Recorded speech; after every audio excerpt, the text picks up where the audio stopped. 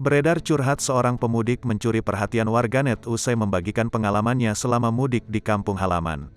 Seorang pemudik ini membeberkan pengeluarannya sampai menghabiskan Rp20 jutaan untuk momen lebaran bersama keluarga kemarin. Seorang pemudik pemilik akun TikTok @susansusiloputri, membeberkan apa saja pengeluaran yang dikeluarkannya selama mudik. Ia mengaku bukan ingin mengeluh, namun hanya ingin membagikan pengalamannya bagi pemudik lainnya yang ingin mudik. "Gua cuma mau bilang, biaya mudik itu gak murah," tulisnya. Ia juga menuliskan rincian pengeluaran apa saja yang membuatnya bisa menghabiskan uang Rp20 juta dalam seminggu. Diketahui, pemiliki akun TikTok tersebut mudik dari Jakarta menuju ke Wonosobo, Jawa Tengah. 20 jutaan dihabiskan hanya untuk 1 minggu mudik bersama keluarga di kampung halaman.